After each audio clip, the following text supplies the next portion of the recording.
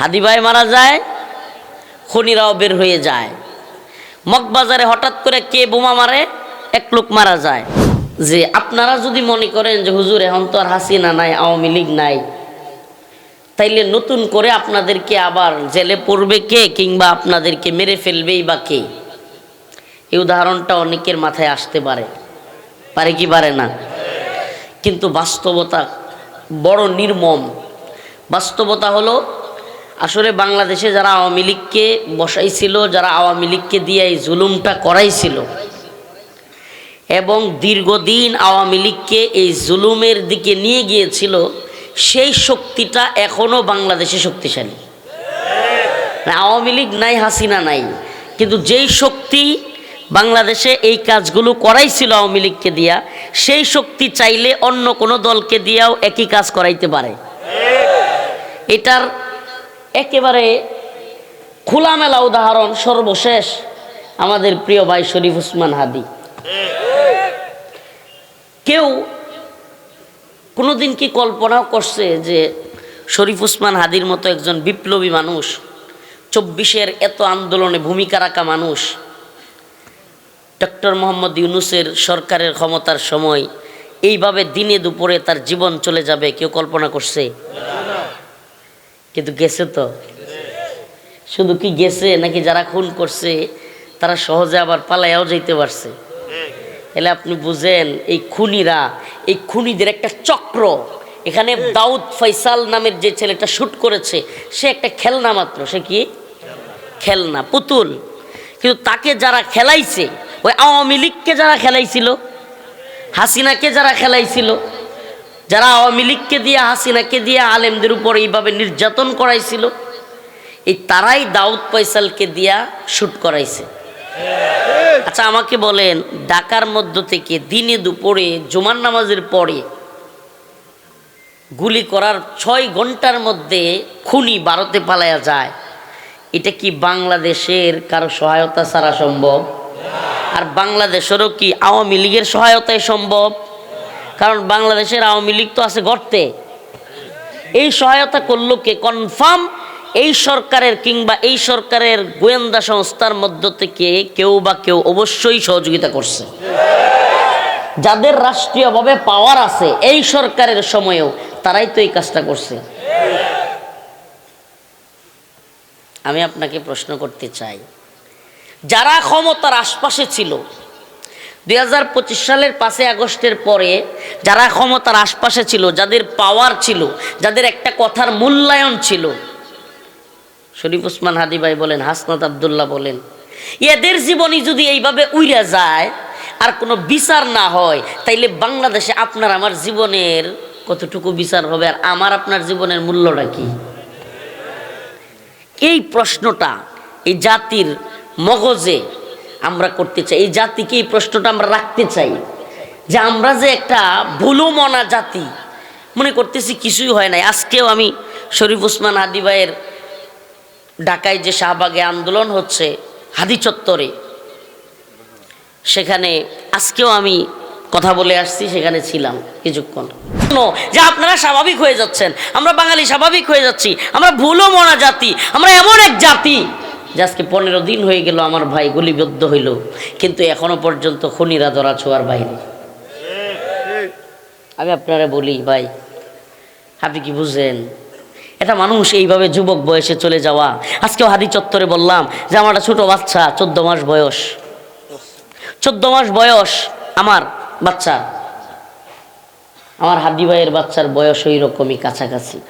আমার বাচ্চাটারে দেখা আমার হাদি ভাইয়ের বাচ্চাটার কথা মনে হয় যে আজকে আমি মাহফিল থেকে যাওয়ার পরে রাত 2টা নাই 3টা নাই, আমার বাবু মোহাম্মদ বিন রফিক তার মারে ডিঙ্গায় আইসা আব্বা আছে কি সুন্দর করে সেই আমার এই কুলে আইসা চুমা দিতে থাকে, জড়াইয়া ধরতে থাকে। আজকে হাদি ভাইয়ের বাচ্চারাও তো তার বাবাকে জড়াইয়া ধরত। চিন্তা করছেন, ওই যে আমার বোন, যেই বোনের অল্প বয়স, একটা মাত্র বাচ্চা, সেই বোনটা আজকে বিধবা হয়ে গেছে। আসলে আমরা এতটাই গদবাদা জিন্দেগি পার করতেছি, কেউ কারো জন্য সময় নাই। একবার যদি নিজের সন্তান এরকম হয়ে যায়, একবার যদি নিজের ভাইকে কেউ খুন করে ফেলে, সহ্য করতে পারবেন? আপন ভাইকে খুন করলে আমরা কেউ সহ্য করতে পারবো? ওই খুনিরা যদি গ্রেফতারও না করা হয়, ওই খুনি যদি ধরা ছোঁয়ার বাইরে থাকে, ধৈর্য ধরা যাবে? মন বলবে না যারা বিচার করতেছেন এগুলোর সাবায়া খাইলাই? আপন ভাই যদি হয়তো বিচার না পাইতেন, খুনিরা যদি সহজে ছাড়া পাওয়া যেত, আর যদি কেউ বলতো যে নির্বাচনের আগে এই ধরনের দু একটা খুন খারাপি হয়, এই বদমাইশ যেগুলো এই কথাগুলো বলে, এরা আসলে ন্যূনতম মানবিক বোধ এদের মধ্যে নাই। এটা মানুষ, জীবন্ত মানুষ চলে গিয়েছে। ও মুসলিম উম্মাহ, ও যুবকেরা, শুধু কথার কথা যে আমরা সবাই হাদি হব, যুগে যুগে লড়ে যাব, শুধু কথার কথা যে হাদি চলে গেছে, লক্ষ হাদি তৈরি হয়ে গেছে, বললে হবে না। ভারতীয় আধিপত্যবাদের মুখে চপেটাঘাত করতে হবে হাদির মতো। জানান দিতে হবে যে দেশের ডিজিএফআই, এদেশের এনএসআই, এদেশের গোয়েন্দা সংস্থাগুলো যেগুলো হাসিনা, আওয়ামী লীগ এবং রয়ের দালালি করত, এদের ওই দূষররা এখনো যারা আছে, এখনো যারা হাদিকে নিয়ে এদেশকে নিয়ে ষড়যন্ত্র করতেছে, এদেরকে এদেশ থেকে বিতাড়িত করতে হবে। সমস্যা মূলত তো আপনারা যাদেরকে দেখেন, এই ভাষা রাজনৈতিক নেতারা সমস্যা না, আড়াল থেকে এই রাষ্ট্রকে চালাই হলো এই গোয়েন্দা সংস্থাগুলো। আড়াল থেকে এই রাষ্ট্রগুলোকে চালায় কারা? সে আওয়ামী লীগের চাটুকারিতা করে নাই, বিএনপির চাটুকারিতা করে নাই, জামাতের চাটুকারিতা করে নাই, হেফাজত, চরমোনাই, এনসিপি বা কারো চাটুকারিতা করে কথা বলে নাই। সে যেটা লিগ্যাল, যেটা সত্য, যেটা বস্তুনিষ্ঠ, যেটা এই উম্মতের দরকার, যেটা এই জাতির দরকার, যেটা এই ভূখণ্ডের জনগণের দরকার, সেই ইনসাফের কথা সে বলে গিয়েছে। বাচ্চা থাকতে মানুষ বুঝতে পারে নাই, কিন্তু শুট হওয়ার পর থেকে পরবর্তী সময়টাতে জাতি ঠিকই বুঝতে পারছে যে সে আমাদের জন্য অমূল্য রত্ন ছিল। প্রিয় ভাইরা আমার, কেন আমরা প্রোগ্রামগুলোতে এই কথাগুলো উঠে আনতেছি এই জন্য, আপনারা যদি হকের পক্ষে আওয়াজ না দেন, হাদি ভাইয়ের বিরুদ্ধে যদি বিচারের দাবিতে না নামেন, আল্লাহ না করুক হিন্দুত্ববাদীরা এটা একটা টেস্ট করছে। টেস্ট কি করছে? কথাগুলো আসতে বলতেছি, কিন্তু খুবই চিন্তা করবেন। চিন্তা, আমাকে যখন প্রথম ধরা হয়েছিল র্যাব 1, দ্বিতীয় দিন আমার একটা প্রশ্ন করছিল, কোর্ট করে বলতেছি র্যাব 1-এ গোয়েন্দা সংস্থা আমার একটা প্রশ্ন করছিল, হুজুর বলেন তো সবার আগে আপনারা কেন ধরছি? আমি বলছিলাম যা বলেন, আমি তো বুঝি নাই। আমি বুঝছি বললে ওরা বলবে না। আমার চিন্তা হইলো যে আমি জানবো যে আসলে এরা কি বলতে চায়। র্যাব 1 আমাকে বলতেছে, হুজুর আমরা আপনাকে প্রথম দইরা হুজুরদের অবস্থানটা জানবার চেষ্টা করছি, যে হুজুররা আন্দোলনে চলে যাবে নাকি হুজুররা কি করবে। টেস্ট কি জন্য ধরছি? টেস্ট। আমরা যখন দেখলাম হুজুররা আন্দোলন তো করেই না, উল্টা আমাদের সাথে দৌড়ায় আরো যোগাযোগ করতেছে নিজে বাঁচবার লাগিয়া, আমরা বুঝছি যে সবগুলোরে ধরা যাবে। 2021 সাল 6 এপ্রিল আমারে ধরছে সবার আগে। ছোট মানুষ কেমনে যে পছন্দ হইলো আল্লাহ জানে। সবার আগে আমারে ধরছে। এরপরে 1 সপ্তাহ 10 দিন 15 দিনের মধ্যে 100 200 নয় 1000-এর মতো আলেম রে টানা বাংলাদেশে গ্রেফতার করছে কি করে নাই? আমারে ধরার পরে কিছু হুজুররা ভাবছিল যারে ছোট মানুষ বেশি লাফালাফি করে, বেশি কথা কয়, লিগে মনে হয় ধরছে। আমি তো আর বেশি কথা কই না, আমি তো লিয়াজু করে চলি। হ্যাঁ, আমি কি করে চলি? লিয়াজু করে চলি। ডিবির কর্মকর্তার সাথে আমার বিরাট সম্পর্ক। এনএসআইয়ের কর্মকর্তা তো প্রতিদিন আমার খাদেম রে ফোন দেয়। হ্যাঁ, কিছু মুরব্বী হুজুর এরকম ভাবছিল, ওমা 20-30 দিন পরে দেয় এই হুজুরও আমার লোকে। সুবহানাল্লাহ, সব আমার সাথে। পরে আমারে যদি কইতো তুমি বেশি কথা কও, আমি কইছি হুজুর আপনারা তো বেশি কইতেন না, আপনারা কেন গিয়া একবারে হুবহু বলতেছি। আমার লিয়া করে তুমি বেশি বুঝো এই সেই। আমি কইছি যে হুজুর শুনেন, কথা বেশি কোয়ার কম কোয়া ঝামেলা না। ঝামেলা হইলো আমরা তাওহীদের আওয়াজ বুলন্ডিত করতে চাই। ঝামেলা হইলো এইটা যে মান্দারি বাজারের মাহফিল হয় তাওহীদি জনতার উদ্যোগে। তাওহীদি জনতা মানে কি? তাওহীদ মানে একত্ববাদ, তাওহীদ মানে এক আল্লাহকে মানি, তাওহীদ মানে ইসলামের বিরুদ্ধে গেলে, আল্লাহর বিরুদ্ধে গেলে রাষ্ট্রপতি প্রধানমন্ত্রী কাউরে মানি না, এটার নাম তাওহীদ। তাওহীদ মানে ওই কথা, তাওহীদ মানে ওই আওয়াজ, যে আওয়াজ আল্লাহর সংবিধান চলবে, কোরআনের সংবিধান চলবে। তাওহীদ মানে এমন এক বাণী, যেই বাণী উচ্চারণ করলে পৃথিবীর কোনো তন্ত্রমন্ত্র থাকে না, সেকুলারিজম থাকে না, সমাজতন্ত্র থাকে না, গণতন্ত্র থাকে না, কোনো লাত উজ্জা, কোনো তাগুতের ইবাদত চলে না। লা ইলাহা ইল্লাল্লাহ, এটা তাওহীদের বাণী। এজন্য আপনারা খেয়াল করেছেন কিনা, আমেরিকা এবং ভারতীয় প্ল্যানিংয়ে বাংলাদেশে তাওহীদ শব্দটাকে খারাপ করবার জন্য, তাওহীদি জনতা শব্দটাকে খারাপ করবার জন্য এমন কোনো চেষ্টা নাই, মিডিয়া সেটা করে নাই। মানুষ যেন তাওহীদি জনতা পরিচয় দিতে ভয় পায়, মানুষ নিজেদেরকে তালেবান, মানুষ নিজেদেরকে মুজাহিদ, এগুলো পরিচয় দিতে ভয় পাইতো না? পাইতো কি পাইতো না? একটা সময় ছিল মানুষ টাকনুর উপর কাপড় পরতে ভয় পাইতো, একটা সময় ছিল চাকরিতে মানুষ দাড়ি রাখতে ভয় পাইতো। আওয়ামী লীগ সময় হয় না এগুলো? দাড়ি রাখলে টাকনুর উপরে কাপড় পরতে পর্যন্ত মানুষ ভয় পাইতো। এই তাওহীদি জনতা শব্দটাকেও এমন ভাবে নেম কিলিং করা হয়েছে যে শব্দটা ধারণ করলেই যেন একটা উগ্র জঙ্গি, নাউজুবিল্লাহি মিন জালিক। কেন এই তাওহীদের সাথে সমস্যা করে?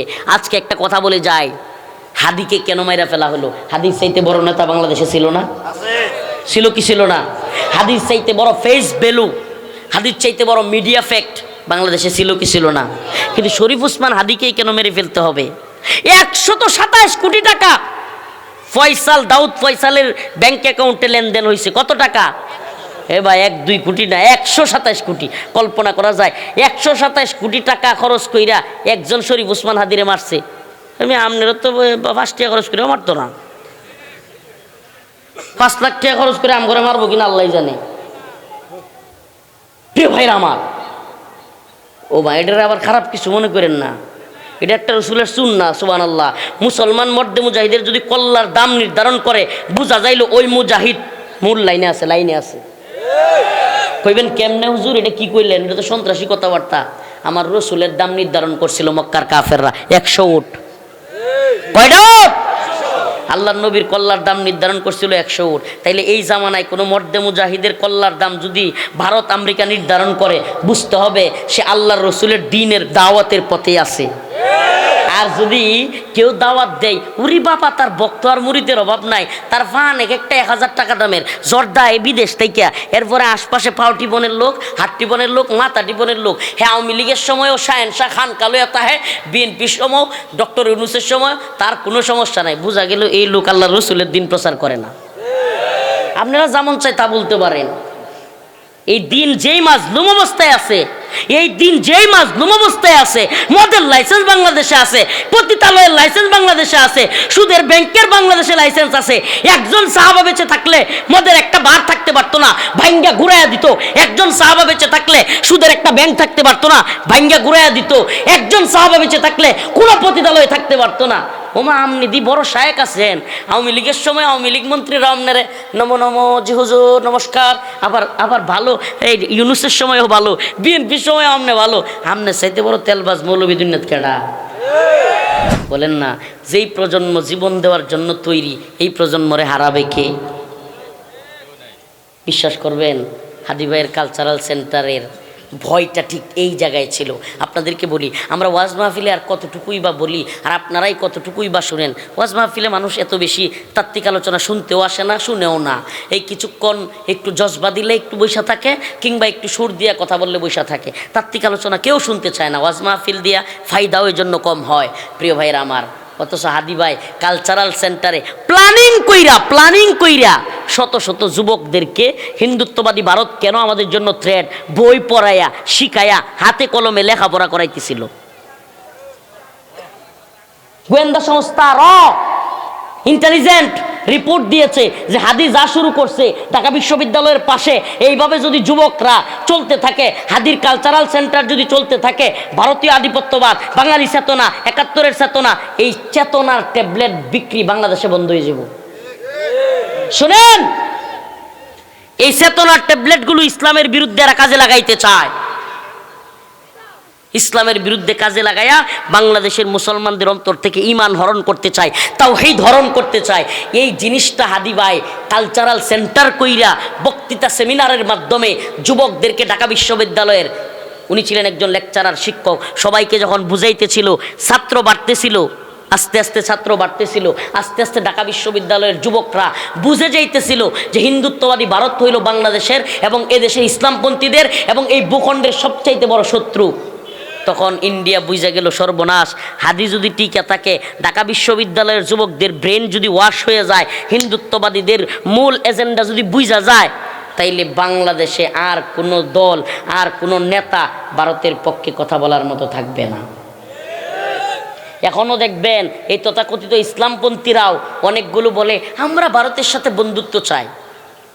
বদমাইশি করেন, আপনি ভারতের সাথে বন্ধুত্ব চান, ক্ষমতার রাজনীতিটা একটু কম করেন, ভারতকে খুশি করার রাজনীতিটা একটু কম করেন। কিসের ভারতের সাথে বন্ধুত্ব? এই গোলামি, প্রভু আর গোলামের বন্ধুত্ব হয় নাকি? ভারত তো নিজেরা প্রভু মনে করে, আমাদেরকে গোলাম মনে করে। ভারতের হিন্দুদের নেতা, বড় বড় নেতারা, শুভেন্দু অধিকারী এই কালকেও প্রকাশ্যে বলছে যে কেন মোদি বাংলাদেশ দখল করে না। যোগী আদিত্যনাথ তাদের বড় নেতা, মোদিরে বলতেছে মোদি কেন বাংলাদেশকে দখল করে না। আপনাদেরকে বাবা বুঝাইতে পারবো না, কথাগুলো কতটা থ্রেট। এখন আমরা যদি শাহাদাতের কথা না কই, এই যুবকদের হঠাৎ করে যদি হামলা হয়ে যায়, দিক বেদিক ছুটতে থাকবে, হায়রে কি হবে কি হবে, কিচ্ছু হবে না। গোড়ার ডিম যদি মইরা যায় শহীদ হয়ে যাবো, আর যদি বাচ্চা যায় হিন্দুত্ববাদী, ব্রাহ্মণ্যবাদী, তাগুতি শক্তিকে, সমস্ত হিন্দুত্ববাদী বড় বড় নেতাকে আল্লাহ রাসূলের সেই ঘোষণা, ইসাবাতান মিন উম্মতি আখরাজাহুম আল্লাহু মিনান নার, ইসাবাতুন তাগজুল হিন্দা ওয়া ইসাবাতু মা ঈসা ইবনে মারইয়াম। আল্লাহর নবী বলেছেন আমার উম্মতের দুইটা দল বড় দুইটা যুদ্ধ করবে। আল্লাহ পাক ওই যুদ্ধগুলোতে যারা শরীক হবে তাদেরকে জাহান্নামের আগুন থেকে যুদ্ধ করবার আগেই মুক্তি ঘোষণা করে দিয়েছেন। ইসাবাতুন তাগজুল হিন্দা, একটা হলো গজওয়াতুল হিন্দে শরীক হওয়া মর্দে মুজাহিদরা। ও উম্মতের যুবকেরা, আমরা যদি বাইচা থাকি আল্লাহর নবীর সেই ঘোষণা অনুযায়ী গজওয়াতুল হিন্দে বিজয়ী হয়ে আল্লাহর নবী বলেছেন হিন্দুত্ববাদীদের বড় বড় নেতাদেরকে টেনে হিচড়ে গলা ধরে বাইতুল মাকদিসের দিকে নিয়ে যাব। রাজি আছেন তো ইনশাআল্লাহ? তো একটা জিনিস আমাদের সামনে ক্লিয়ার হওয়া চাই যে রাষ্ট্র কখন রাষ্ট্র থাকে। খেয়াল করে শুনবেন, হুজুর মাশাআল্লাহ জজবাতে আলোচনা, গরম আলোচনা করেছেন, কিছু তথ্যও দিয়েছেন। আমি কিছু তাত্ত্বিক কথা আপনাদের কাছে রাখতে চাই। একটা রাষ্ট্র কখন রাষ্ট্র হয়, মনে করেন দুষ্টামি করে অনেকেই বলে যে নোয়াখালী একটা আলাদা রাষ্ট্র, কয় যে নোয়াখালী রাষ্ট্রে আছি বা নোয়াখালী রাষ্ট্র চাই, বিভাগ চাই, দুষ্টামি করে। আচ্ছা, নোয়াখালী যদি রাষ্ট্র হয়, লক্ষ্মীপুর যদি রাষ্ট্র হয়, এই রাষ্ট্রের একটা সুনির্দিষ্ট সেনাবাহিনী লাগবে কি লাগবে না? এই রাষ্ট্রের একটা গোয়েন্দা সংস্থা লাগবে কি লাগবে না? তাইলে নোয়াখালী কিংবা লক্ষ্মীপুরের কি আলাদা সেনাবাহিনী আছে? আলাদা গোয়েন্দা সংস্থা আছে? লক্ষ্মীপুরকে নিয়ন্ত্রণ করবার মতো কোনো গোয়েন্দা সংস্থা আছে? তো লক্ষ্মীপুরকে নিয়ন্ত্রণ করবার গোয়েন্দা সংস্থা যদি না থাকে, নোয়াখালীকে রক্ষা করবার মতো যদি সেনাবাহিনী না থাকে, এই নোয়াখালী লক্ষ্মীপুরকে যেমন আলাদা রাষ্ট্র বলা যাবে না, তো বাংলাদেশ রাষ্ট্রেরও যদি নিরাপত্তা ব্যবস্থা না থাকে, সেনাবাহিনী না থাকে, চৌকস গোয়েন্দা সংস্থা না থাকে, আগে থেকেই না জানে যে কোন এলাকায় ক্রাইম হবে কিংবা কারা কি প্ল্যানিং করতেছে, তাইলে এইটাও কি কোনো রাষ্ট্র হইল? আমার প্রশ্নটা এই জায়গায়। আরে ভাই, আগামীকালকে তো এই যে মুফতি সাখাওয়াত হোসেন রাজি সাহেব যাচ্ছে, হুজুর যে আল্লাহ না করুক মারা যাবে না, এটার গ্যারেন্টি কি? আমি যে আজকে আপনাদের এখান থেকে যাব, আমরা যে আমাদেরকে মেরে ফেলা হবে না, এটার গ্যারেন্টি কি? তো এই বাস্তবতায় আপনাদের সামনে আমাদের কিছু কথা আছে। আমরা যারা আল্লাহ তাআলা একটু পরিচয় দিছেন, ভয়েস পাওয়ার দিছেন, আল্লাহ তাআলা যাদেরকে সামাজিকভাবে, রাষ্ট্রীয়ভাবে, যে কোনো মাধ্যমের কারণে হোক, ইউটিউবের কারণে, ফেসবুকের কারণে, কিংবা যে কোনো কারণে, কারাগারে থাকার কারণে কিংবা দীর্ঘদিন বন্দি থাকার কারণে, যে কোনো সিম্পেথির কারণে এই দেশের মানুষের অন্তরে আমাদের ভালোবাসা আল্লাহ দিছেন। সুবহানাল্লাহ। এই ভালোবাসাটাকে এই উম্মতের, এই জাতির কল্যাণে কাজে লাগাইতে হবে না? এই কাজে লাগানোটা কি? এই উম্মতকে সজাগ করা। হে প্রিয় উম্মাহ, হে প্রিয় উম্মার যুব সমাজ, একটা জিনিস আমাদেরকে মাথায় রাখতে হবে সুস্পষ্ট। যে মুমিনের শাহাদাত ব্যর্থতা নয়। মুমিনের শাহাদাত কি ব্যর্থতা? মুমিনের লাশ যদি ডাস্টবিনে পড়ে থাকে, মুমিনের আত্মা যাবে কোথায়? ওয়ালা তাকুলু লিমান ইউকতালু ফি সাবিলিল্লাহি আমওয়াত বাল আহইয়াউ ওয়ালাকিন লা তাশউরুন। আল্লাহ রাব্বুল আলামিন বলেন, ওয়ালা তাকুলু লিমান ইউকতালু ফি সাবিলিল্লাহি আমওয়াত, যারা আল্লাহর পথে জীবন দেয়, যারা দ্বীনের জন্য, উম্মতের জন্য, ঈমানের পক্ষে, মুসলিম ভূখণ্ড রক্ষার পক্ষে বেঈমান কাফেরদের বিরুদ্ধে, হিন্দুত্ববাদী আধিপত্যবাদ বিরোধী লড়াইয়ে যারা জীবন দিবে, আল্লাহ রাব্বুল আলামিন বলেন তোমরা তাদেরকে মৃত বলিও না। তোমরা তাদেরকে কি বলিও না? মৃত বলাও নিষেধ। এটা একটা সম্মান। সম্মান। মনে করেন কোন মানুষ এলাকায় মারা গেছে, একজন চিৎকার করে বলছে, কেউ বলবি না আমার ভাই মারা গেছে, কেউ বলবি না আমার ভাই মারা গেছে, আমার ভাই জীবিত আছে প্রত্যেকটা মানুষের অন্তরে। এটা তার জন্য কি? সুবহানাল্লাহ। এটা তার জন্য কি? সম্মান। কখন মানুষ বলে যে সে মারা যায় নাই, সে আমাদের অন্তরে আছে? কারণ মানুষ তাকে ভালোবাসে। শায়েখ বললেন না, আমরা নিজেরা দেখছি। সুবহানাল্লাহ। রিকশাওয়ালা, শ্রমিক, দিনমজুর, বড় বক্তা, নাম বলি শেখুল হাদিস মাওলানা মামুনুল হক দামাত বারকাতুহুম, আরো অনেককে দেখছি, পুলিশ সদস্য, হ্যাঁ, এরকম দিনমজুর, খেটে খাওয়া মানুষ, মাদ্রাসার ছাত্র, স্কুলের ছাত্র, কলেজের ছাত্র, তারপর রিকশাওয়ালা, শ্রমিক, কাটুরিয়া, উকিল, বড় নেতা। হায় হায়, ছোট বাচ্চারা যেমনি কান্দে না মজার জন্য, মজা লয়ে গেলে গাবা তারে কিছু না দিলে, এইরকমভাবে উসমান হাদি ভাই যেদিন চলে গেছে, আমি অনেক মানুষকে কান্না করতে দেখছি। মনে হয়েছে যেন তাদের আপন ভাই মারা গেছে। প্রিয় ভাইরা আমার, বন্ধুগণ আমার, বলেন তো এই সম্মান আল্লাহ তারে কেন দিছে? একটাই কারণ, হুজুর যেটা বলেছেন, একটাই কারণ, সেই উম্মতের পক্ষে কথা বলেছে, সেই ইসলামপন্থীদের পক্ষে কথা বলেছে, সর্বোপরি ইনসাফের পক্ষে, দেশের পক্ষে, ইসলামের পক্ষে কথা বলেছে। ইচ্ছা করলেই আপনাকে সাদা পোশাকে ধরে নিতে পারে কারা? ইচ্ছা করলেই এই যে সাদা পোশাকে ধরে নিয়ে যায় কারা? আরে আমাদের অবস্থাটা কি জানেন? আল্লাহ মাফ করুক, আজকে একটা কথার কথা বলেই ফেলি। আমাদের অনেক হুজুররা, আল্লাহ মাফ করুক, হাইরে চিল্লায় কান্দন কারাগারে গিয়া, কান্নার উপরে কান্না। তো সাখাওয়াত সাহেব হুজুর চলে গেছেন হয়তো, হুজুর জিজ্ঞেস করতে, কি রফিক তুমি দি কান্দো না? সাহেব কইতে পারে, রফিক তুমি দি কান্দো না? শুনেন, আমরা বাস্তবতা ফিল করি। কিছু কিছু হুজুররা ইউনুসের সাথে সেলফি তুলে মনে করছিল ক্ষমতায় আছে, এমনি আসে বেটকায়া। আরে হাসিনা যদি ভারতের মাল হয়, ভারতের প্রোডাক্ট হয়, এই ডক্টর মোহাম্মদ ইউনুস হলো আমেরিকার প্রোডাক্ট। আপনি তার থেকে ইসলামের কি আশা করেন? আপনি তার সাথে গিয়া সেলফি তুলে উরি বাবা, মনে হইতেছে আপনি ক্ষমতার খুব ধারে কাছে। সালাফদের ইতিহাস পড়েন না? সালাফদের ইতিহাস দেখেন না? আমাদের আকাবিররা, আমাদের আসলাফরা, আমাদের ইমামরা এইভাবে কোন শাসকের কাছে গিয়া হাসাহাসি করছে? এরা কি ইসলামিক শাসক? এরা কি এদেশে ইসলাম প্রতিষ্ঠা করতে আসছে? তো যে ইসলাম প্রতিষ্ঠা করতে আসে নাই, যে একজন সুদী কারবারির সাথে জড়িত ছিল, যে কিনা এনজিও, যে কিনা আমেরিকানদের একজন তারে আপনি এত খুশি, তারে আপনি এত সাপোর্ট দিচ্ছেন, হাসাহাসি করতেছেন। একটা ঘটনা আমার মনে পড়ছে, শামসুল হক ফরিদপুরের রহমতুল্লাহ আলাইহির ঘটনা। যে তখন বাংলাদেশে, পাকিস্তান তখন বাংলাদেশ শাসন করতেছে, দুইটা এক দেশ, বাংলাদেশ এবং পাকিস্তান।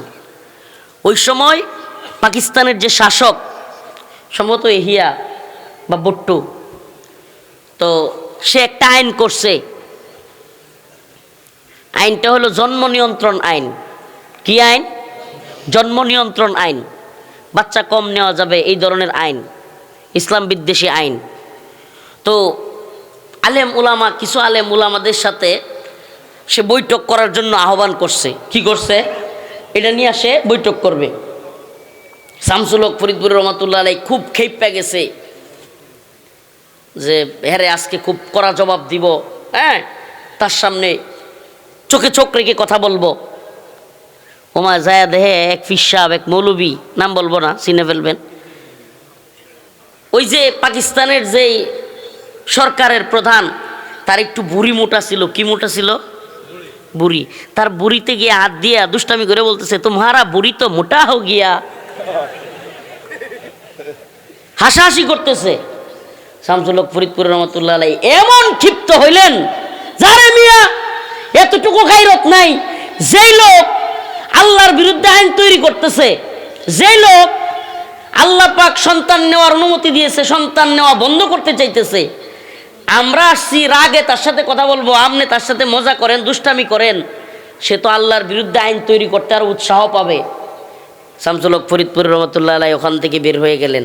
আল্লাহর বান্দা বের হইলেন তো হইলেন, মাদ্রাসার ছাত্রদেরকে, উস্তাদদেরকে বইলা দিলেন যে এই মৌলবী যদি কোনোদিন আমার সাথে দেখা করতে আয়, ওরে মাদ্রাসার ত্রিসীমানায় ঢুকতে দিবা না।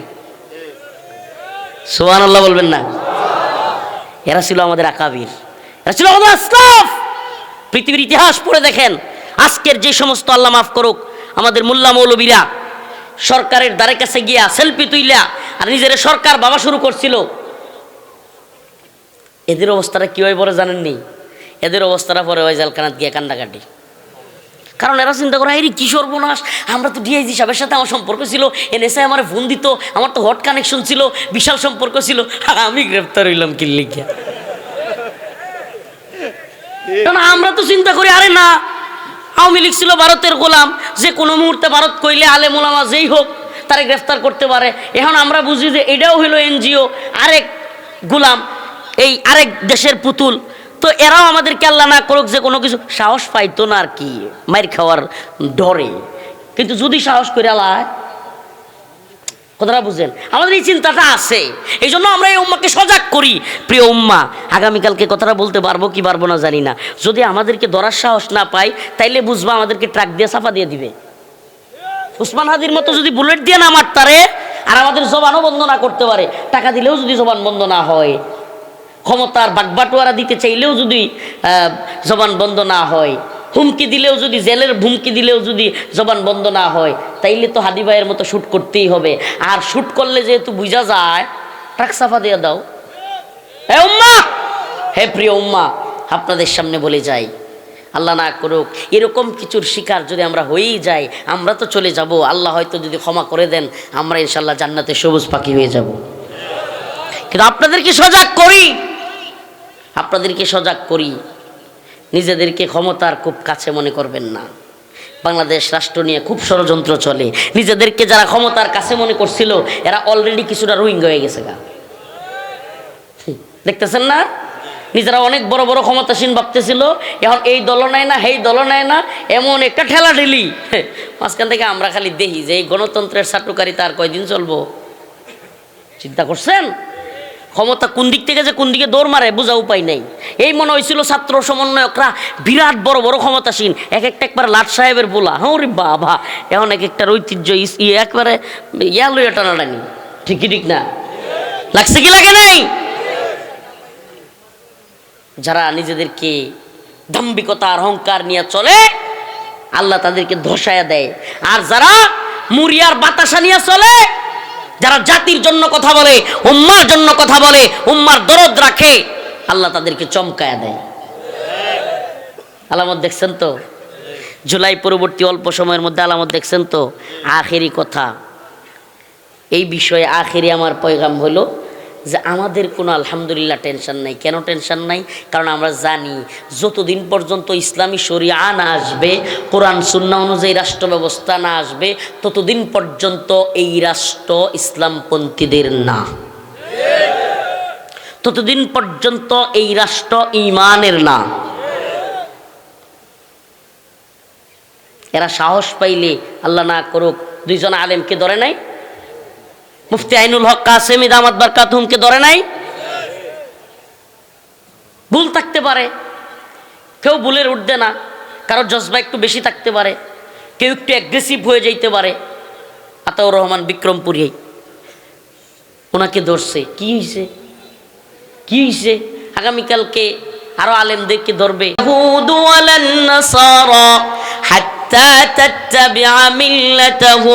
আল্লাহ রাব্বুল আলামিন বলেন, এদের সাথে যতই তোমরা মুহাব্বত করো, অন্তরঙ্গ বন্ধুত্ব হও, এই ইহুদি খ্রিস্টান মুশরিক কাফেরেরা কখনোই তোমাদের প্রতি রাজি খুশি হবে না। ঝামেলাটা তাওহীদের সাথে। ঝামেলাটা কার সাথে?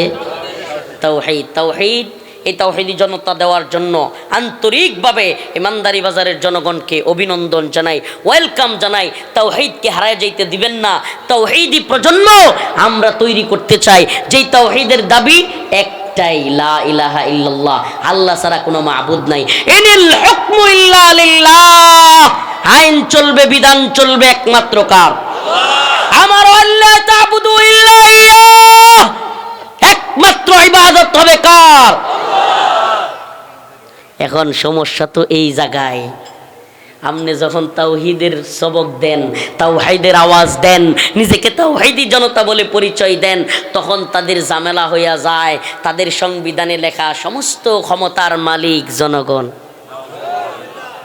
আপনি যখন বলেন তাওহীদের কথা, আর তাদের গণতন্ত্রে লেখা যে প্রভু হইল জনগণ, প্রভু হইল এমপিরা, নাউজুবিল্লাহ। প্রভু কারা? গণতন্ত্রের প্রভু কারা? জনগণের। গণতন্ত্রের নির্বাচনের আগ পর্যন্ত প্রভু হইল জনগণ।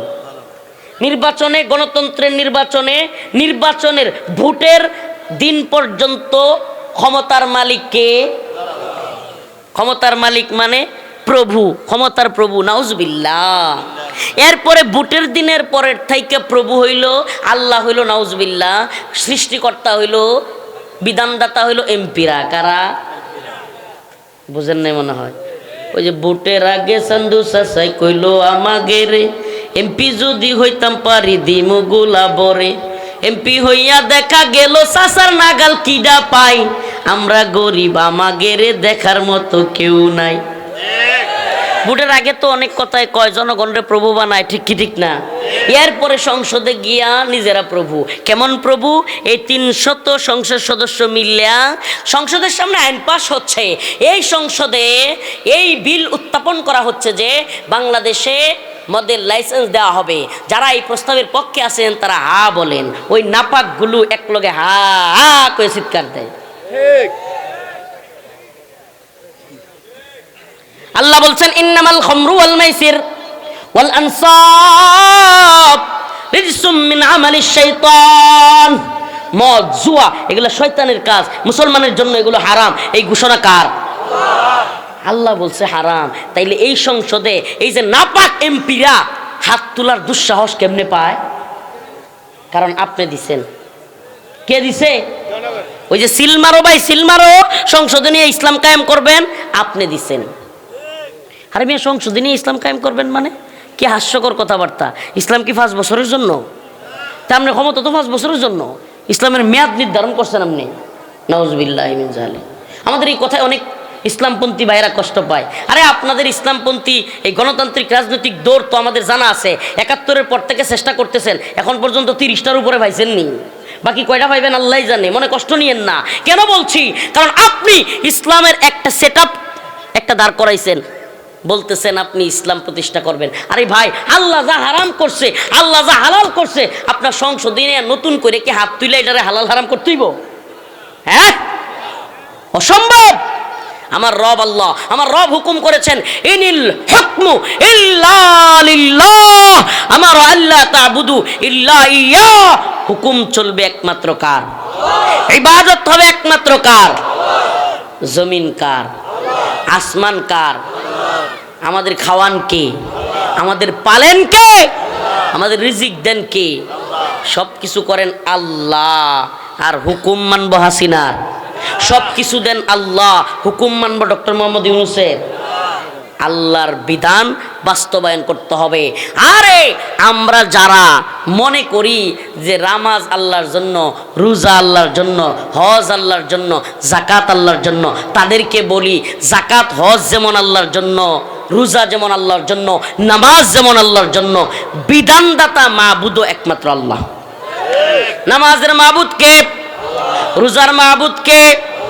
যাকাতের মাবুদ কে? সমস্ত ইবাদতের মাবুদ কে? বিধানদাতা মাবুদ কে? সুবহানাল্লাহ। এই যে তাওহীদের কথাগুলো, এগুলো আমরা প্রচার করি বলেই আমাদের শত্রু বেশি। এই যে তাওহীদের কথাগুলো আমরা বলি বলেই আমাদের শত্রু বেশি। এই তাওহীদি জনতার ব্যানারে অনেক জায়গায় বিশৃঙ্খলা লাগাইয়া, তাওহীদি জনতাকে খারাপ বানাইয়া, উগ্র বানাইয়া, জঙ্গি বানাইয়া বাংলাদেশ থেকে তাওহীদকে নষ্ট করে দিয়ে এই প্রজন্মের ভিতরে সেকুলারিজম, এই প্রজন্মের ভিতরে সমাজতন্ত্র, এই প্রজন্মের ভিতরে গণতন্ত্র, আরও যত কুফরি মতবাদ আছে সব ঢুকাইয়া দিয়া এই প্রজন্মের ভিতরে সমকামিতা, এই প্রজন্মের ভিতরে ট্রান্সজেন্ডার মতবাদ, আরো কিছু ঢুকাইয়া দিয়া এই প্রজন্মকে কানের মধ্যে ধুল পড়াইছে তো পড়াইছে কি পড়ায় নাই? কৈরতের লেভেলে এই যুবক রাইট বসেন, কি আশ্চর্য কথাবার্তা। এরা হলো ফ্যাশন দেখতে আই, যতক্ষণ ফ্যাশন আছে ততক্ষণ তাত্ত্বিক কোনো আলোচনা শুনতে আসে না। আরে তাইলে তো আগে যাওয়াই ভালো ছিল। বসেন। এই প্রজন্ম দেখেন কোথায় নিয়ে দাঁড় করাইছে। এই প্রজন্মের একটা যুবক মনে করতেছে কানে দুল পরা ফ্যাশন। নাউজুবিল্লাহ। আপনি চিন্তা করতে পারেন মানসিকভাবে কতটা বিকারগ্রস্ত হয়েছে কিছু কিছু যুবক। এই প্রজন্মের কোনো যুবক মনে করতেছে সিরা প্যান্ট পরা একটা ফ্যাশন। আরে কি আশ্চর্য! সিরা প্যান্ট পরা যদি ফ্যাশন হয়, ল্যাংড়া তো আরো বড় ফ্যাশন। তাহলে ল্যাংড়া হয়ে যা। কানে দুল পরা নাকি ফ্যাশন? আরে কানে দুল তো পরে মেয়েরা বেটা, তুই তো যুবক, একটা মুসলিম যুবক আবার কানে দুল লাগায় কেমনে? ঠিক কি ঠিক না? মুসলিম যুবক কানে দুল লাগাইতেছে, মুসলিম যুবক প্যান্ট পরতেছে, মুসলিম যুবক শরীর লেগে হাত কাটতেছে। আরে আশ্চর্য! কি আশ্চর্য কথাবার্তা! গায়রত নাই, আত্মসম্মান বোধ নাই। আরে এই নাটক সিনেমা দিয়া, এই টেলিফিল্ম দিয়া, এই বিভিন্ন কিছু দিয়া এই উম্মার যুবকদেরকে শিখানো হয়েছে যে কানে দুল পরানো হইল এইটা হলো তোমার স্মার্টনেস। ওই যে নায়ক নায়িকা গায়িকা এগুলো কানে দুল পরে, এই নায়কেরা কেন পরে? আরে এরা তো রয়ের টাকায় চলে। কেন এদেরকে সেলিব্রিটি বানানো হয়েছে? এদেশের মিডিয়া সেক্টর, এরা বায়ু চাললেও নিউজ করে। বুঝেন নাই? আরে আপনি লক্ষ্মীপুরের একটা যুবক, সারা দেশের মিডিয়া যদি চায় আগামীকালকে আপনার হিরো বানিয়ে দিবে। লক্ষ্মীপুর কালকে থেকে আপনার সাথে সেলফি তোলার জন্য এই হাজার হাজার লোক পাগল হয়ে যাবে গে। সত্য না মিথ্যা? তাইলে এই মিডিয়া সেক্টরগুলো আরে দেখতে ক্ষেতের মতো, পারে না অভিনয়, নাই চেহারা, এই সমস্ত মানুষগুলোরেও বাংলাদেশের সোশ্যাল মিডিয়া কিংবা এই তথাকথিত news main stream media hero বানাইছে না বানায় নাই? অনেকের বানাইছে। আপনি তো দেখতেছেন হাইরি এই লোকটা এই চেহারা লইয়া কিছুই পারে না, এত বড় হিরো হয়ে গেল গা, সারা দেশে পরিচিত। আপনি বুঝতেছেন না এটা তাদের এজেন্ডা। তারা তাদের পিছনে টাকা ঢালতেছে এবং তাকে পপুলার বানাইতেছে। একটা সময় তার কানে দুল পরাইয়া দিবে, একটা সময় সে ট্রান্সজেন্ডার মতবাদের পক্ষে কথা বলবে, একটা সময় সে টিপের পক্ষে কথা বলবে, একটা সময় সে ভারতীয়দের পক্ষে গোলামি করবে, কথা বলবে। ব্যাস এটাই হলো তাদের স্বার্থ। তাকে হিরো বানানো হয়েছে, সে হিরো হয় নাই। তাকে হিরোইন বানানো হয়েছে, সে হিরোইন হয় নাই। তাদের স্বার্থে যখন আঘাত লাগবে, মনে নাই বাংলাদেশের এক নায়িকা আওয়ামী লীগ সময়ে খুব জেল খাটতে হয়েছিল। হাইরে নিউজ টিউজ নাম বলতে চাচ্ছি না, এগুলা মিডিয়া ইউটিউবাররা আছে পরে। তো এই যে তাদের স্বার্থে আঘাত লাগলে তারাই হিরোইন বানাবে, তারাই আবার কি করবে, জেলখানায় বন্দি। এটাই হলো এই মিডিয়ার খেলা। এই মিডিয়া এমন এক খেলা আমাদের সাথে খেলতেছে কালচারালি। এটাকে আপনি অস্ত্রের যুদ্ধ বলতে পারবেন না, এটা হলো একটা কালচারাল যুদ্ধ, এটা হলো একটা মানসিক যুদ্ধ, স্নায়ু যুদ্ধ। আপনাকে হারায়া দেওয়ার, আপনাকে হারায়া দিবে। আপনাকে ইসলামিক মূল্যবোধ থেকে, তাওহীদের প্রজন্ম থেকে, তাওহীদের পক্ষে কথা বলার লোক থেকে, জিহাদ, শাহাদাত, দাওয়া, ইরদাদের পক্ষ থেকে আপনাকে আস্তে আস্তে ডাইভার্ট করে ওই দিকে নিয়ে যাওয়া হবে যেই দিকে আপনি মেয়ে হইতে খুশি। বাংলাদেশে একটা দেখছেন না, এডলব খান নাম কি, হেরে দিছে সুদর্শন পুরুষের পুরস্কার, যেটা আসলে বেড়া না বেড়ি এটাই বোঝা যায় না। মেকআপ করতে বলি 4-5 ঘন্টা লাগে, নাউজুবিল্লাহ। বুঝেন আপনি, সুদর্শন পুরুষের পুরস্কার দেওয়া হচ্ছে এমন একজনকে যে না পুরুষ না মহিলা। এই জাতিকে কি মেসেজ দেওয়া হচ্ছে যে তুমিও যদি সুদর্শন পুরুষ হইতে চাও তাইলে বেড়া আক্তার বেড়ি সাজো। হ্যাঁ, বেড়া আক্তার বেড়ি। আমারে বলেন এডলব খানের মতো বেড়া ভারত হামলা করলে যুদ্ধ করতে পারবো? হ্যাঁ, ওর লগে কি এই জিনিস আছে? এই তেজ আছে, এই তেজ আছে, এই পাওয়ার আছে। মুসলিম উম্মার যুবকদের থেকে এই পাওয়ারটা শেষ করে দিতে চায়।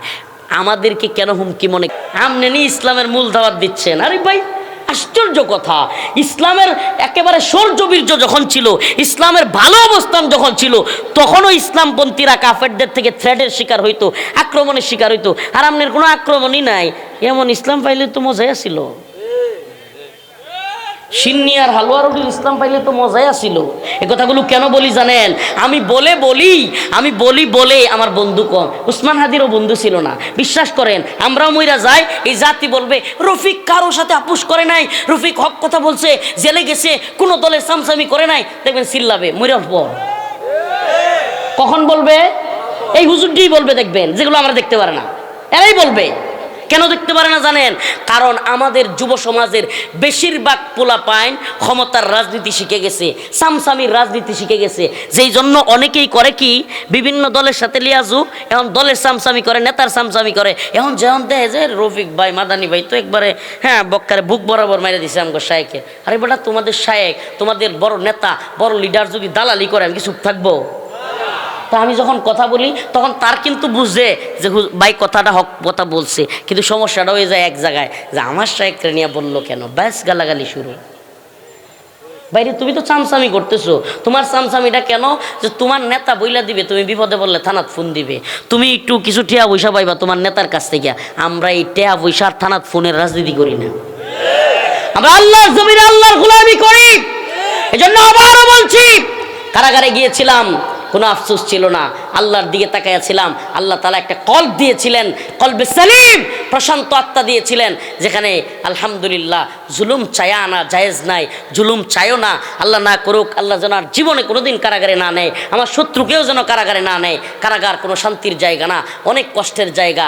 কিন্তু সুবহানাল্লাহ, দীর্ঘদিন ছিলাম, হেফাজত নেতাদের সাথে ছিলাম, বিভিন্নদের সাথে ছিলাম, এমন আত্মার প্রশান্তি পেয়েছি যে মাঝে মাঝে মনে হইতো সুবহানাল্লাহ, বাহিরেও অন্তরে এতটা প্রশান্তি পাই নাই। এটা দিয়েছিলেন কে? আর যারা গোয়েন্দা সংস্থা লাগে মিলেমিশে চলছিল, এরা গিয়া কান্দে, আয় হায় রে কি সর্বনষ্ট হইল। বিশ্বাস করেন, যেই লোকেরা ইউনূসের সাথে সেলফি তুইলা কিংবা এই সরকারের সময় নিজেদেরকে ক্ষমতার দ্বারে কাছে মনে করছিল, আল্লাহ না করুক হিন্দুত্ববাদীদের কথায় আবারও এই দেশে নতুন কইরা কোনো গোলাম যদি বাংলাদেশের সরকারে বৈশা যায়, হিন্দুত্ববাদীদের গোলামী সরকার সামনাসামনি ইসলামের কথা বলবে, একবার সুন্দর সুন্দর কথা বলবে, কিন্তু আড়াল থেকে যদি হিন্দুত্ববাদীদের গোলামের একটা সরকার আইসা যায়, আল্লাহ না করুক আবারও এই দেশের ইসলামপন্থীদের উপর মেসাকার চলবে। লিখে রাখেন, আমাদের আফসোস হবে না। কেন হবে না জানেন? আমরা তো জানতাম আগের থেকে। পরীক্ষা যেই ছাত্র জানে যে আমার পরীক্ষা হইবই, কঠিন পরীক্ষা আইতেছে, সেই ছাত্র কিন্তু প্রিপারেশনও তাহে। কথা কই না কেরে? আমরা প্রিপারেশন কি? সবর। আমাদের প্রিপারেশন কি? সবর। কারণ আমরা চিন্তা করছি যতদিন এই মাহওয়াল পেয়েছি, যতদিন এই অবস্থান পেয়েছি, এই জাতিকে সার্ভিস দিয়েছি, সত্য কথা বলেছি, এখনো প্রচার করব, তখনও প্রচার করব দ্বীনের দাওয়াত, তাওহীদের দাওয়াত, শাহাদাতের দাওয়াত। যেদিন বন্ধ হয়ে যাবে কারাগারে গিয়া, আল্লাহ না করুক, আবারও বলি আল্লাহ না করুক, আবারও আল্লাহর ইবাদতে মশগুল হব। আল্লাহ না করুক যদি জীবন দিয়ে দেই আর ক্ষমা করিয়া দেই, আল্লাহ জান্নাতে নিয়ে যাবে। মুসলিম শরীফের হাদিস, আল্লাহ রাসূল সাল্লাল্লাহু আলাইহি ওয়াসাল্লাম বলেন, যেই ব্যক্তি ইসলামের জন্য, দ্বীনের জন্য, ইসলামের ভূখণ্ডের জন্য জীবন দিবে, আল্লাহর রাসূল বলেন আল্লাহ পাক তার আত্মাটাকে জান্নাতের সবুজ পাখির মধ্যে ঢুকাইয়া দিবেন। কোথায় ঢুকাবেন? তাইলে মুমিনের ব্যর্থতা আছে। মুমিন এই দুনিয়াত নাজ নিয়ামত পাইলে, সুখে শান্তিতে থাকলে শুকরিয়া আদায় করে, আল্লাহ তার নিয়ামত বাড়াইয়া দেয়। মুমিন কষ্টের মধ্যে পড়লে, মুসিবতের মধ্যে পড়লে, শহীদ হইলে আল্লাহ তাআলা তারে ক্ষমা করে জান্নাতে দিয়ে দেন। উভয়টাই করলাম, সুবহানাল্লাহ বলবেন না? উভয়টাই কি? বাংলাদেশের ইতিহাসে শরীফ ওসমান হাদির জানাজার পরিমাণ মানুষ কারো জানাজায় হয় নাই, কারো জানাজায় হয় নাই। লক্ষ লক্ষ জনতা, কোনো বিরিয়ানির প্যাকেট লাগে নাই, কোনো টাকা লাগে নাই, কোনো বাস ভাড়া লাগে নাই, কিচ্ছু লাগে নাই। লক্ষ লক্ষ জনতা তার জানাজায় গিয়েছে, দোয়া করেছে, চোখের পানি ফেলেছে। কেন ফেলেছে? কারণ সে কারো চাটুকারিতা করে নাই। প্রিয় ভাইয়েরা আমার, আমরা এই কথাটাই বলতে চাই যে আয়াত দুইটা পড়লাম, আল্লাহ এক আয়াতে বলেছেন ওয়ালা তাকুলু লিমান ইউকতালু ফি সাবিলিল্লাহি আমওয়াত বাল আহইয়াউ ওয়ালাকিন লা তাশউরুন ওয়ালানাবলুওয়ান্নাকুম বিশাইইম মিনাল খাউফি ওয়াল জু' ونقص من الأموال والأنفس والثمرات وبشر الصابرين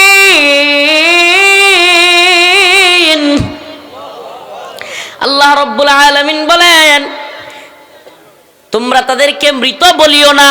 অন্য এক আয়াতে আল্লাহ বলেন ওয়ালা তাহসাবান্নাল্লাযীনা কুতিলু ফি সাবিলিল্লাহি আমওয়াতা বাল আহইয়াউন ইনদা রাব্বিহিম ইরযাকুন। আল্লাহ তাআলা বলেন যারা আল্লাহর পথে জীবন দেয়, যারা আল্লাহর পথে দ্বীনের পথে জীবন কুরবানি করে, তাদেরকে তোমরা মৃত বলিও না। তাইলে তারা কি? বাল আহইয়া, বরং তারা জীবিত। ইনদা রাব্বিহিম ইরযাকুন, তারা তাদের রবের কাছে নিয়ামত প্রাপ্ত। তারা এই দুনিয়া থেকে, তাদের দুনিয়া থেকে বোঝা যায় যে চলে গেছে, কিন্তু তাদের আত্মাটা জান্নাতের সবুজ পাখির মধ্যে ঢুকাইয়া দেওয়া হয়েছে। ওই জান্নাতের ভিতরে যাইয়া যেইখানে মন চায় ওই সবুজ পাখি উড়তে থাকে। ওই সবুজ পাখি জান্নাতের মধ্যে গিয়া জান্নাতের সবুজ পাখি ঘুরতে থাকে, উড়তে থাকে, যা মন চায় খাইতে থাকে। আল্লাহর আরশের ল্যাম্পপোস্টের নিচে গিয়া বসে। আল্লাহ ডাক দিয়া কোন, আল্লাহ বলেন বান্দা ও আমার শহীদ আর কি চাও? শহীদ ডাক দিয়া কয় আল্লাহ মালিক, দুনিয়ায় যা জীবনে চোখে দেখি নাই, যা জীবনে পাই নাই, এমন অসংখ্য নিয়ামত তুমি আমাকে দিয়েছো। আই মালিক, আমি তোমার প্রতি রাজি খুশি হয়ে গেছি। ওয়ালা সাউফা ইউতিকা রাব্বুকা ফাতারদা, সময় আসবে ত্যাগ স্বীকার করনেওয়ালারা বলবে এমন কিছু দিয়েছো মালিক, তোমার প্রতি রাজি খুশি হয়ে গেছি। আল্লাহ বলেন না, চাও চাও। শহীদ বান্দারে বলবেন আল্লাহ চাও, কি চাইবা? সুবহানাল্লাহ। আল্লাহর শহীদ বান্দা বলবে আল্লাহ এমন কিছু দিলা যা চাওয়ার চাইতে বেশি, আর কিছুই চাই না। তৃতীয়বার যখন আল্লাহ পাক আবারও বলবেন, তখন শহীদ বলবে আল্লাহ আবারও আমার দুনিয়াতে পাঠাও, আমি হকের পথে, ইসলামের পথে, তোমার দ্বীনের পথে জিহাদ করতে চাই, শহীদ হইতে চাই। আমি যেই নিয়ামত পাইছি, যেই মর্যাদা পাইছি, মনে হচ্ছে আরেকবার শহীদ হইলে আমার মর্যাদা আরো বাড়বে। শহীদের মিছিলে নাম লিখাতে চলো মুসলিম ভাই, শহীদের মিছিলে নাম লিখাতে চলো মুসলিম ভাই। নিয়ত আছে তো? দোয়া পড়বেন আল্লাহুম্মা রযুকনা শাহাদাতান ফি সাবিলিক। হায় রে মিয়া, এই যারা আমগুলোকে যুদ্ধ করব, এরা মরণের ডরায়, এরা মরণের ভয় পায়, এরা দুনিয়ায় বাসে টেহার লাগিয়া, দুনিয়ায় বাসে সুখ শান্তির লাগিয়া, দুনিয়ায় চাকরি করে ইন্ডিয়ান সেনাবাহিনী, আমেরিকার সেনাবাহিনী টেহার লাগিয়া, আর আমরা আল্লাহর পথে যুদ্ধ করবো শহীদ হওয়ার লাগিয়া।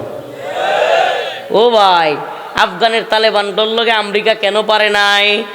আমেরিকার চাইতে তালেবানের ট্যাঙ্ক বেশি ছিল, যুদ্ধ বিমান বেশি ছিল, অস্ত্র বেশি ছিল, গোলা বারুদ বেশি ছিল, সেনাবাহিনী বেশি ছিল, সাবমেরিন বেশি ছিল, জঙ্গি বিমান, অ্যাটাকিং হেলিকপ্টার, পরমাণু, কোনো কিছুই কি বেশি ছিল? তাইলে আফগানরা জিতলো কেমনে? ইমানি শক্তিতে।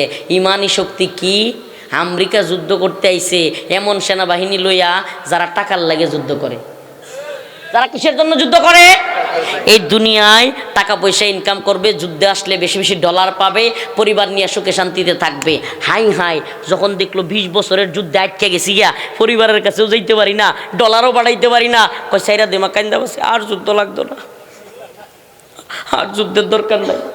আমেরিকা যেই কথা কয় নাই, এই বিশ্ব বেহায়া মিডিয়া যেই কথা প্রচার করে নাই, আমেরিকা 2001 সালে যুদ্ধ শুরু কইরা 2021 সালের আগেই আমেরিকার হাজার হাজার সৈন্য পাগল হয়ে গেছিল। পাগল পাগল। আরে যেই পরিবারের জন্য টাকা কামাইতেছি, এই পরিবারের লোকে যোগাযোগই করতে পারি না, 1000 মাইল 2000 মাইল হাজার হাজার কিলোমিটার দূরে পইরা রইছি। আরে মোবাইলও ইউজ করন যায় না, বল লোক একটু কথাও কোন যায় না, হাইরি শাহওয়াত পূরণ করন যায় না, টিয়া পয়সাও বাড়ানি যায় না। কেমনে কি সব পাগল হয়ে গেছে। এমন পাগল হইছে, ইসলামের ইতিহাস পড়েন, আফগান যুদ্ধের ইতিহাস পড়েন, এমন পাগল হইছে। অনেকগুলো পাগল হইয়া নিজেদের ব্যারাক থাইকা নিজেদের সেনাবাহিনী হুদায় আয়া মুসলমানদের সেনাবাহিনীতে আয়া এনে ঘুরতেছে পাগল হইয়া। সুবহানাল্লাহ বলবেন না? আর মুসলমানরা ভয় পায় না। ইমানের শক্তি, আর কোনো শক্তি দিয়ে আপনি এই যুদ্ধকে মিলাইতে পারবেন না। তালেবান কেন জিতলো এটার আর কোনো লজিক নাই, একটাই লজিক, শহীদের মিছিলে নাম লিখাতে চলো মুসলিম। কামানের মুখোমুখি দাঁড়িয়ে আল্লাহু আকবার বলবই, আসুক না যত বাধা যত ঝড় সাইক্লোন, রাসূলের পথে মোরা চলবই। আসুক না যত বাধা যত ঝড় সাইক্লোন, জিহাদের পথে মোরা চলবই। এ জীবন বাজি রেখে দিনের নিশান মোরা বাংলার আকাশে উড়াবই। আসুক না যত বাধা যত ঝড় সাইক্লোন, জিহাদের পথে মোরা চলবই। এ জীবন বাজি রেখে দিনের নিশান মোরা বাংলার আকাশে উড়াবই। মোরা কামানের মুখোমুখি দাঁড়িয়ে আল্লাহু আকবার বলবই। আসুক না যত বাধা যত ঝড় সাইক্লোন, ইমানের পথে মোরা চলবই। জেল থেকে বের হওয়ার পর থেকে অন্তরের মধ্যে একটাই তামান্না নিয়ে বেরোইছি যে আল্লাহ, নতুন জীবন পাইছি। কারাগারে আওয়ামী লীগপন্থী কারারক্ষীরা, আওয়ামী লীগপন্থী অনেক লোকেরা মজা করতো আম ঘরে নিয়ে, হুজুর হাসিনা বাচ্চা থাকতে আর বাড়িতে পারবেন না, মজা করতো। সুবহানাল্লাহ, আল্লাহ তাআলা হাসিনারে বাঁচায় থাকতে বাইরে করছে। আল্লাহ আম ঘরে বাঁচায় রেখে হাসিনারে পালায় যাইতেও দেখাইছে। আল্লাহ আম ঘরে বাঁচায় রেখে হাসিনার কোর্টে, হাসিনার ক্যাঙ্গারু কোর্ট যেটা হাসিনা বানাইছিল মাজলুম আলেমদেরকে ফাঁসির রায় দেওয়ার জন্য, ওই আদালতেই হাসিনার ফাঁসির রায় এসে। কেন জানি মনে হয় সুবহানাল্লাহ, আল্লাহর কাছে আশা, আল্লাহর কাছে জেলখানায় যা দোয়া করছি বিশ্বাস করবেন কিনা, সুবহানাল্লাহ সবটি পাইছি, সবটি আল্লাহ সব। সুবহানাল্লাহ, আমার কেন জানি মনে হয় হাসিনারে ফাঁসি দিব, এটাও দেখতে পারবো ইনশাল্লাহ। তাইলে আমরা একটা আশা করে বের হইছি, যেহেতু বাইরেছি, কইছিল বাইরিতে পারবো না, আল্লাহ বাইর করছে, তাইলে একটা নতুন জীবন আল্লাহ দিচ্ছে না। এই জীবনের একটাই স্বপ্ন, এই উম্মতের যুব সমাজের মধ্যে শাহাদাতের জজবা তৈরি করে দেওয়া। এই যুবকেরা টিকটক, লাইকি, ইয়াবা, ফেন্সিডিল, মদ, গাঁজা, অবৈধ মেলামেশা, নারীর পিছনে ছুটবে না। এই উম্মার যুবকেরা শাহাদাত পিয়াসী হবে। শহীদের মিছিলে নাম লিখাতে চলো মুসলিম ভাই, রাজি আছেন তো? শহীদের মিছিলে নাম লিখাতে চলো মুসলিম ভাই, মরণের স্বাদ পাবে তুমি, এসো না নাম লিখাই। শহীদের মিছিলে নাম লিখাতে চলো মুসলিম ভাই। যেই মিছিলে আমাদের অনেক ভাইরা নাম লিখিয়েছেন, যেই মিছিলে আবরার ফাহাদ, যেই মিছিলে মীর মুগ্ধ, যেই মিছিলে আবু সাঈদ, যেই মিছিলে সর্বশেষ উসমান হাদি, আরও অনেকেই আমরা বিশ্বাস করি আল্লাহ তাদেরকে কবুল করুক, আরও অনেকেই নাম লিখিয়েছেন, অনেক আলেম, অনেক হাফেজ, অনেক মর্দে মুজাহিদ নাম লিখিয়েছেন। আমরাও সেই মিছিলে শরিক হইতে চাই কি চাই না? শহীদের মিছিলে নাম লিখাতে, সুবহানাল্লাহ। আমার তো স্বপ্ন কি জানেন, এই যে মাহফিলগুলোতে ডেকে ডেকে কয় না 100 টাকা কাটা দিবা, হাত তুলাও, নাম লেখো, 1000 টাকা কাটা দিবা, হাত তুলো। আমার তো ইচ্ছা হয় কাটা দিনের জন্য শহীদ হইবা, একবারে কাতারে নাম লেখো। যদি এখন কোয়া হয় যে ওই যে শত্রুর ঘাটিতে ঢুকা যাও, একবারে সবগুলোরে মাইরা ইনশাল্লাহ প্রয়োজনে নিজেও থাকবা না, চইলা যাও, কে নাম লেখাইতে চাও? আমার তো ইচ্ছা হয় কোন দিন বাংলাদেশে আমি এই লিস্টিটা করবো। ইনশাল্লাহ আমরা আছি প্রথমে, প্রথমে তোমরা নাম হইতো না, প্রথমে ইনশাল্লাহ আমরা নাম। যদি আগে আমরা না থাকতে পারি, এই ডাক দিয়া সিরা কেতা লইয়া কিংবা এসি রুমে বই থাকলে লইব? হ্যাঁ, আজকে হাদি চত্বরে বইলে আসছি যে আপনারা তো হুজুরদেরকে গ্রেফতার করলে এই জেনারেল ভাইয়েরা কোনো কিছু বলতে চান না, লেখেন না ফেসবুকে, কিন্তু আপনারা কিছু হইলে আমরা দৌড়ে আসি, ফেসবুকে লেখালেখি করি, বক্তব্য দেই, কথা বলি, তারপরে আপনাদের বিপদে আপদে আন্দোলনে শরিক হই। আপনারা কিছুই লেখেন না। আরে না লেখেন, না বলেন, কিছু যায় আসে না। আমরা আপনাদেরকে, এই উম্মাকে ভালোবাসি, না লেখলেও ভালোবাসি, না বললেও ভালোবাসি, এই জন্য আসি। প্রিয় ভাইরা আমার, এই কাফেলায় অনেক বড়, আমরাও এই কাফেলায় শরিক হইতে চাই ইনশাআল্লাহ। এই বদ্রি কমিটি, এই 1000 টাকা আর 500 টাকা কমিটি, এটা বাদ দেওয়া লাগবো। বদরের সাহাবীরা এই ধরনের কমিটি করে নাই। বদরের সাহাবীরা, সাহাবায়ে কেরাম 313 জন জীবন দেওয়ার কমিটি করছে। আরাম করে হন হাদিয়া তুফার আরামায়েশের কমিটি।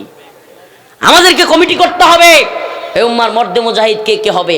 কে কে হিন্দুত্ববাদীরা যদি আমাদের উপর আগ্রাসন চালায়, সেনাবাহিনী আর র্যাব পুলিশ এরা আমাদেরকে রক্ষা করতে পারবে না। আমাদেরকেও এই ভূখণ্ডের যুবকদেরকেও হাতে হাত রেখে অস্ত্র হাতে তুলে নিয়ে যুদ্ধ করতে হবে। এই কথাগুলো সবাই কইতো না। চিন্তা করবো জঙ্গি কই আলবো, মৌলবাদী, আরে এরা তো এটাই চায় যে আমরা তাওহীদি প্রজন্ম না কই, আমরা জিহাদের কথা না কই, তাইলে কি হইব? তাইলে আমাদের প্রজন্ম হইব অ্যাডলফ খানের প্রজন্ম, যারা এমনি এমনি হাঁটবে, শয়তানের দল। মুসলিম উম্মার যুবক যার হাঁটার মধ্যে একটা ভাব থাকবে, যার চলার মধ্যে একটা ভাব থাকবে, যার কথা বলার মধ্যে একটা ভাব থাকবে, সুবহানাল্লাহ, গায়রত থাকবে, আত্মসম্মান বোধ থাকবে, যে নিজেও কোনো বোনের ইজ্জতে আঘাত করবে না, যে নিজেও আমাদের কোনো মা বোনকে বেইজ্জতি করবে না, আবার তার মা বোনদের কেউ কাউকে বেইজ্জতি করতে দিবে না। পিঠা তক্তা বানায় ফেলবো বেটা আমাদের মা বোনদের উপর কেউ দৃষ্টি দিলে, কোনো আমাদের মা বোনদেরকে কেউ একটা কথা বললে। আর যদি কানে দুল দেয়, এই নিজেও আরেকটার পিছনে ঘুরে, নিজের মা বোনেরও কেউ কিছু করে তার গায়ে লাগে না। আমিও তো করি, এই গায়রতটা নষ্ট করতে চায় এরা আমাদের। আমি নিজে যদি করি, তখন আমার বোনেরা কেউ কিছু করলে আমার গায়ে লাগবো? আমার বোনেরা কয়ে দে হোক নেত্রকোনায়, আমার একটা বাস্তিরে আমার মেয়েরে বা আমাদেরকে ওরা কয়ে দে হোক, টান মেরে একটা তক্তা ভাড়ায় আলবাম একবারে। এই গায়রত লাগবে, এই গায়রতটা ইমানি গায়রত, এই জজবা ইমানি জজবা, এইটাকেই প্ল্যানিং করে এই কালচারালি যুদ্ধটা চাপায়া দিয়া, মানসিক যুদ্ধ এটা ইউটিউবের মাধ্যমে চলছে। ইউটিউবের মধ্যে আল্লাহ মাফ করুক, কিছু কন্টেন্ট এখন আপনারা দেখতে পারবেন, নাউজুবিল্লাহ, সমকামী এজেন্ডার কন্টেন্ট। কিসের কন্টেন্ট? এগুলো খুব দুষ্টামির আকারে, মজার আকারে ঢুকাই দিচ্ছে যুবকদের মনে। দেখবেন একটা ছেলে আর একটা ছেলের সাথে ওই ধরনের অঙ্গভঙ্গি করতেছে, আপনারা তো দুষ্টামি মনে করে ভিডিওটা দেখতেছেন, কিন্তু এটা দুষ্টামি না, এটা সমকামী এজেন্ডাকে নর্মালাইজ করার একটা প্রক্রিয়া। আমি ভিডিওগুলোর নাম নিতে পারছি না, আপনারা দেখবেন সমকামী। হঠাৎ করে ধান খেতে দেখবেন যে একটা ছেলে বাইর হইতেছে, পিছন দিয়ে আরেকটা ছেলে বাইর হইতেছে লুঙ্গিটা বাস করে করে, নাউজুবিল্লাহ। হ্যাঁ, এই ধরনের কন্টেন্টগুলো আমাদের সমাজে ছেড়ে দেওয়া হচ্ছে। জানি না আপনাদের নজরে আসছে কিনা। আমি অবাক হয়ে গেছি, কিরি এই কন্টেন্ট বানানোর মানে কি? এই কন্টেন্ট বানায়া পুরুষে পুরুষে, নারীতে নারীতে যে যৌন মেলামেশা, নাউজুবিল্লাহ, এই যে পশ্চিমা সংস্কৃতি, গোলামীর সংস্কৃতি, এইটা বাংলাদেশেও চালু করতে চায়, নাউজুবিল্লাহ। এরা শিখাইতে চায় যে নারীরা হাফ প্যান্ট পরে হাঁটবে, এটা তার স্বাধীনতা, নারীরা সিগারেট খাবে, এটা তার স্বাধীনতা, নাউজুবিল্লাহ। আল্লাহ আমাদেরকে ক্ষমা করুক, বলেন আমিন। যে আয়াত দুইটা পড়েছি, এক নাম্বার ওয়ালা তাকুলু লিমান ইউকতালু ফি সাবিলিল্লাহি আমওয়াত বাল আহইয়া, আল্লাহ বলছে যারা আল্লাহর পথে জীবন দেয় তারা শহীদ, তাদেরকে মৃত বলিও না, তারা জীবিত। সুবহানাল্লাহ। ইনদা রাব্বিহিম ইরযাকুন, তারা তাদের রবের কাছে নিয়ামত প্রাপ্ত। আল্লাহ আরেকটা বলছেন, ওয়ালা নাবলুওয়ান্নাকুম বিশাইইম মিনাল খাউফ ওয়াল জু' ওয়া নাকসিম মিনাল আমওয়ালি ওয়াল আনফুসি ওয়াস সামারাত ওয়া বাশশিরিস সাবিরিন। আল্লাহ আরেক আয়াতে বলেছেন, পরীক্ষা তোমাদের উপর অবশ্যই অবশ্যই আসবে, আমাদের উপর পরীক্ষা আসবে, আপনার উপর পরীক্ষা আসবে, সকলের উপর পরীক্ষা আসবে। এই পরীক্ষায় যারা উত্তীর্ণ হবে তারাই জান্নাতে যাবে। এই পরীক্ষাগুলো ধৈর্যের সাথে মোকাবেলা করতে হবে। আমরা আমাদের ভাই হাদি শহীদ হয়েছে, যদি ডাক দেয়া হয় সারা বাংলাদেশ অচল করে দেওয়ার জন্য পারবেন তো ইনশাআল্লাহ? পারবেন তো ইনশাআল্লাহ? হাদি ভাইয়ের খুনের বিচার আমরা বাংলার জমিনে করে একটা আশাই তো বাইর করছিল যে আমারে যদি মাইরাও ফেলে আর কিছু তো না হোক, অন্তত বিচারটা করেন। ভিডিওটা দেখছেন তো? এটা আমাদের কাছে তার পক্ষ থেকে এটা হক। আমরা এই হক, এই দাবি আদায় করে ছাড়বো ইনশাআল্লাহ। আপনাদেরকেও বলে যায়, যদি আমাদেরকেও শহীদ করে দেয়া হয়, আমাদেরকেও যদি আবার জুলুমের শিকার করা হয়, যদি দ্বীনের পক্ষে থাকি মনে করেন, আওয়াজ তুলবেন যেন কোনো জালেম আবারও আলেমদেরকে গ্রেফতার করার দুঃসাহস না করে। আল্লাহ তাআলা আমাদের সবাইকে বুঝার এবং আমল করার তৌফিক দান করুক, বলেন আমিন। ওয়া আখিরু দাওয়ানা আনিল হামদুলিল্লাহি রাব্বিল আলামিন। আসসালামু আলাইকুম ওয়া রাহমাতুল্লাহি ওয়া বারাকাতুহু। সবার কাছে খাস করে দোয়া চাই, শরীরটা ভালো না, অনেক দূর থেকে আসছি। আল্লাহ তাআলা আমাদের সবাইকে কবুল করুক। আপনাদের জন্য দোয়া করি, আমার জন্য দোয়া করবেন। সুবহানাকাল্লাহুম্মা ওয়া বিহামদিকা সাল্লু আলাইহি ونعوذ بالله من شرور أنفسنا ومن سيئات أعمالنا من يهده الله فلا مضل له ومن يضلل فلا هادي له ونشهد أن لا إله إلا الله وحده لا شريك له أرسله إلى كافة للناس بشيرا ونذيرا وداعيا إلى الله بإذنه وسراجا وقمرا منيرا أما بعد فقد قال الله تبارك وتعالى في كلامه المجيد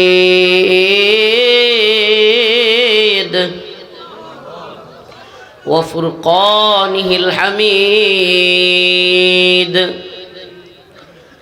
أعوذ بالله من الشيطان الرجيم بسم الله الرحمن الرحيم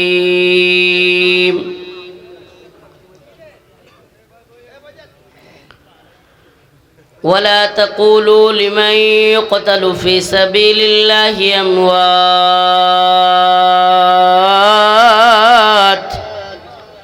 بل أحياء ولكن لا تشعرون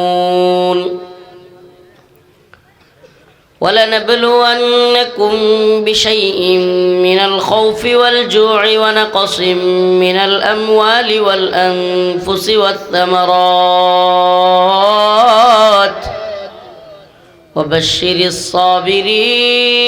الصابرين الذين إذا أصابتهم مصيبة قالوا إنا لله وإنا إليه راجعون صدق الله مولانا العظيم وصدق رسوله النبي الكريم ونحن على ذلك من الشاهدين والشاكرين والحمد لله رب العالمين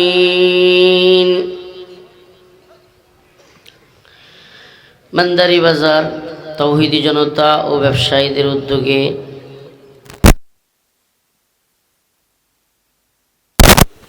মান্দারি বহুমুখী উচ্চ বিদ্যালয় চন্দ্রগঞ্জ লক্ষ্মীপুরের আজকের সম্মানিত মেহমানবৃন্দ, সম্মানিত উলামায়ে কেরাম, আমার পূর্বে আলোচনা করলেন বাংলাদেশের খ্যাতনামা একজন আলোচক, আমাদের সকলের পরিচিত মুখ,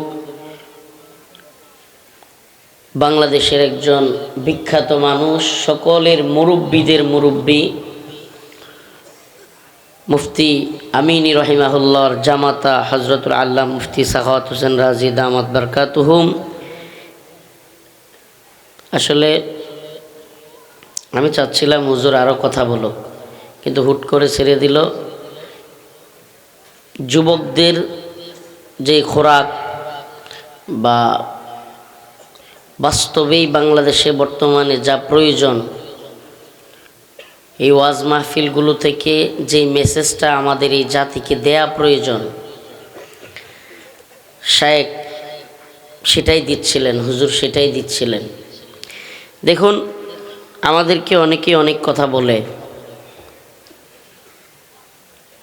মুখ আছে বলতে পারে, মোবাইল আছে, ফেসবুক আছে, লিখতে পারে, কিন্তু রিয়েলিটি হলো, বাস্তবতা হলো, এই উম্মাকে, এই যুব সমাজকে যদি আমরা এই কথাগুলো বলে না যাই, হিন্দুত্ববাদী ভারত এই ভূখণ্ডের মুসলমানদের জন্য কত বড় হুমকি, এবং এই অঞ্চলের মানুষকে যদি তার ইজ্জত সম্মান নিয়ে তার নিজের ভূখণ্ডে বাঁচতে হয়, তাইলে যে লড়াই করেই বাঁচতে হবে, এই জিনিসটা যদি আমরা বলে না যাই, আল্লাহ না করুক আগামীকালকে দেখা যাবে, আল্লাহ না করুক আমরা সকলেই আবারও ভিতরে চলে যাব, কিন্তু আমরা কথাটা বলে যেতে পারলাম না। আমি মনে হয় বুঝাইতে পারিনি আপনাদেরকে। মনে করেন আজকের প্রোগ্রামের আপনাদের যেই পোস্টার আছে, এখান থেকেই উদাহরণ দিই। আপনাদের প্রোগ্রামে আলোচনা করেছেন শেখুত তাফসির হজরতুল আল্লাহ মৌলানা খুরশেদ আলম কাসিমি দামাত বারকাতুহু। 2021 সালে মোদি বিরোধী আন্দোলনে ওনাকে জেল কাটতে হয়েছে কি কাটতে হয়নি? একটু আগে আলোচনা করেছেন মুফতি সাখাওয়াত হোসেন রাজি দামাত বারকাতুহু। 2021 সালে মোদি বিরোধী আন্দোলনের কারণে ওনাকেও কারাগারে যেতে হয়েছে না হয় নাই? আপনাদের এলাকার সন্তান হজরত মাওলানা মঞ্জুরুল ইসলাম নাদিম, যুবক মানুষ, তাকেও জেল খাটতে হয়েছে কি হয় নাই? আমাদেরকেও ভিতরে যাইতে হয়েছে কি হয় নাই? এই একটা বাস্তবতা আপনাদের সামনে তুলে ধরলাম।